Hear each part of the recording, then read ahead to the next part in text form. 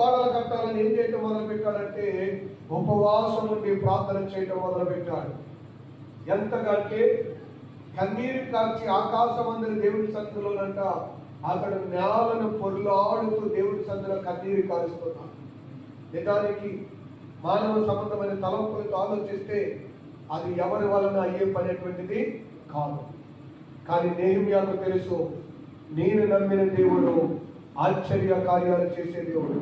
నా వల్ల కాకపోవచ్చు, నా తరము కాకపోవచ్చు, నా దగ్గర అంత ధనము లేకపోవచ్చు, కట్టే సొంతవాసు, కట్టే సామర్థ్యం, కట్టే తెలివితేటలు, కట్టే జ్ఞానము నాకు లేకపోవచ్చు, కానీ సర్వ సృష్టికి కర్త అయిన దేవుడు, సర్యాంతర్యమైన దేవుడు, జ్ఞానం కలిగిన దేవుడు, నా దేవుడు చేయగలననేటువంటి నమ్మకం కలిగి ఉన్నాడు, విశ్వాసం కలిగి ఉన్నాడు.